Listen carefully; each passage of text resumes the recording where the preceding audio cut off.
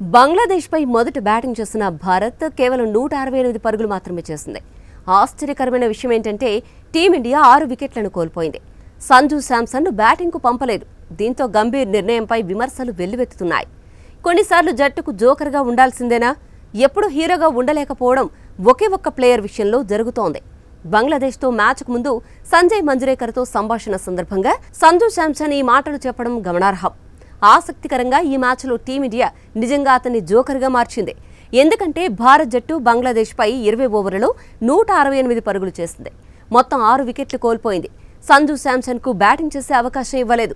Sanju Samson match నుంచి అదృశ్యమైనట్లు అనిపించింది. గంభీర్ ఈ ఆటగాడిని బ్యాటింగ్కు పంపడం మరిచిపోయినట్లు అనిపించింది. మరి సంజు శాంసన్ను బ్యాటింగ్కు ఎందుకు పంపలేదు? అభిషేక్ శర్మ, శుభ్మన్ గిల్ తొలి వికెట్కు 77 పరుగులు జోడించి ఇన్నింగ్స్ను ప్రారంభించారు. అంతా బాగానే ఉంది గానీ మొదటి వికెట్ పడిపోవడం అందరినీ ఆశ్చర్యపరిచింది. శుభ్మన్ గిల్ అవుట్ అయిన తర్వాత శివన్ దుబేను బ్యాటింగ్కు పంపారు. అతను కేవలం 2 పరుగులకే అవుట్ అయ్యాడు. శాంసన్ ముందు హార్దిక్ పాండ్యా కూడా బ్యాటింగ్కు వచ్చాడు. ఆ తర్వాత తిలక్ వర్మను పంపించారు. ఆ తర్వాతైనా శాంసన్ వస్తాడు అనుకుంటే ఈసారి అక్షర్ పటేల్ను పంపించారు. ఒమన్పై 56 పరుగులు చేసిన Sanju Samson player of the match అవార్డును అందుకున్నాడు. కానీ బంగ్లాదేశ్పై బ్యాటింగ్ చేసే అవకాశం కూడా అతనికి ఇవ్వలేదు. క్రీజులోకి వచ్చిన బ్యాట్స్మెన్ ఘోరంగా విఫలమయ్యారు. శివన్ దుబే, సూర్యకుమార్, తిలక్ వర్మ, అక్షర్ పటేల్ ఒక్క బౌండరీ కూడా కొట్టలేకపోయారు.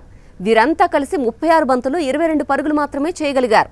చివరి 7 ఓవర్లలో టీమిండియా ఒక్క 6 కూడా కొట్టలేదు అంటే బ్యాటింగ్ ఎంత ఎఫెక్టివ్గా ఉందో అర్థం చేసుకోవచ్చు. చివరి 9 ఓవర్లలో కేవలం 56 పరుగులు మాత్రమే చేయగలిగారు. ఈ నేపథ్యంలో గంభీర్ నిర్ణయంపై అభిమానులు ప్రశ్నలు లేవనెత్తుతున్నారు. మొదట సంజు శాంసన్ను ఓపెనింగ్ నుంచి మిడిల్ ఆర్డర్కు మార్చారు.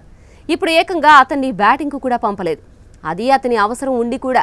దీంతో శాంసన్ కెరీర్ను గంభీర్ కావాలని నాశనం చేసేందుకు కంకణం కట్టుకున్నాడు అంటూ విమర్శలు చేస్తున్నారు. గంభీర్ తీరు చూస్తుంటే అది నిజం కూడా అనిపిస్తోంది. ఎందుకంటే ఈ టోర్నీలో గిల్ పెద్దగా పొడి చేసిందేమీ లేకపోయినా అభిషేక్కు తోడుగా గిల్నే పంపుతున్నాడు. దీంతో శాంసన్ ఫ్యాన్స్ మళ్లీ సోషల్ మీడియా వేదికగా గంభీర్పై విరుచుకుపడుతున్నారు.